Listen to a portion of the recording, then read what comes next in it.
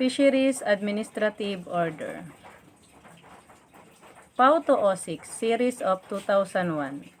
Disposal of confiscated fish and other items in fishing through explosive and noxious or poisonous substance. Administrative order na nagsasabing i-dispose or ibaon ang mga nakumpiskang bagay, halimbawa nito ang mga nahuling isda gamit ang poisonous substance na maaaring makasama sa ating kalusugan. PAO 204, Series of 2000. Restricting the use of superlight in fishing. Prohibition to operate municipal and commercial fishing boats using superlights. The fishing boat operate beyond municipal waters. Ang paggamit ng superlight or yung mga sobrang liwanag ng ilaw sa pangingisda ay may kaakibat na kaparusahan or penalty.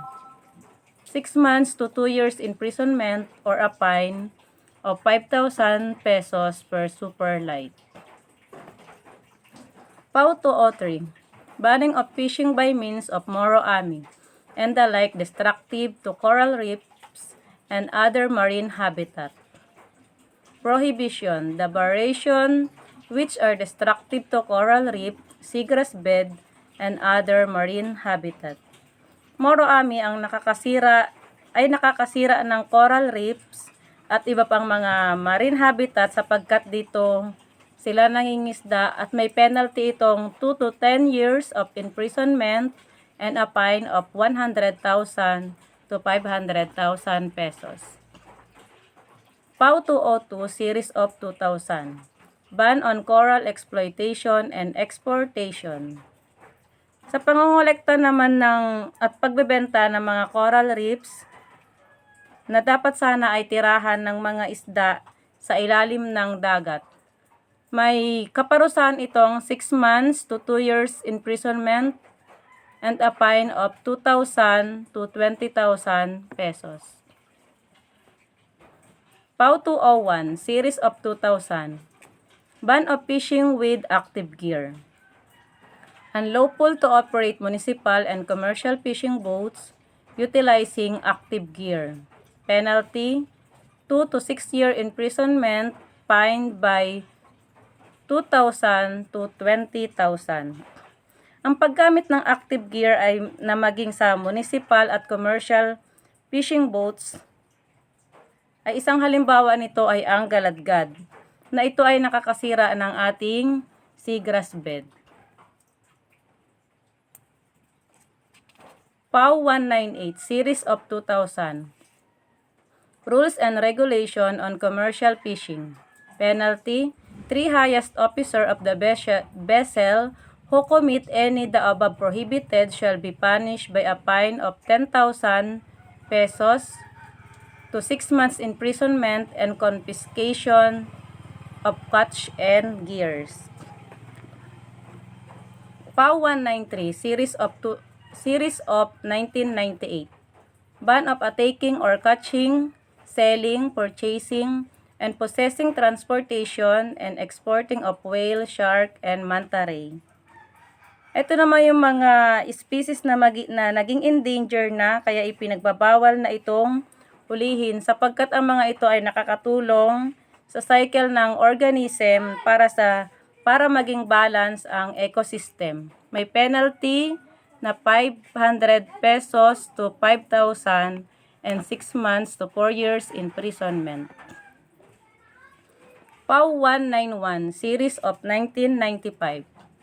Employment of foreign crew member aboard highly specialized commercial fishing vessel. Prohibition, unlawful to employ a foreign crew member or board specialized commercial fishing vessel.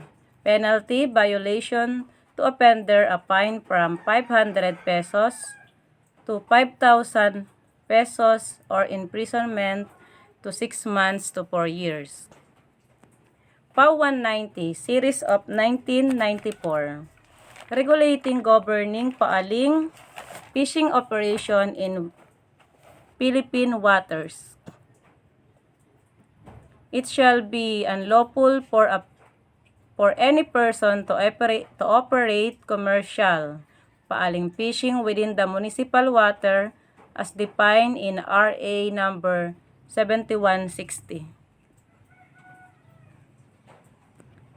PAW 264 Series of 2020 Regulation on catching, possession, transportation, selling, trading, and exporting of mangrove crablets, juvenile mangrove crabs, and gravid mangrove crabs. Prohibition: it shall be unlawful for any person to undertake the following: catch, possess, transport, trade, and sell mangrove crablets and mangrove less than 12 centimeters. Ipinagbabawal na rin ang paghuhuli ng mga mangrove crabs upang ibenta or i-export. Magiging endangered na sila dahil mag-growth overfishing. May penalty, the offender fine of 100,000 to 500,000 depending on the socio-economic impact and seriousness of the violation.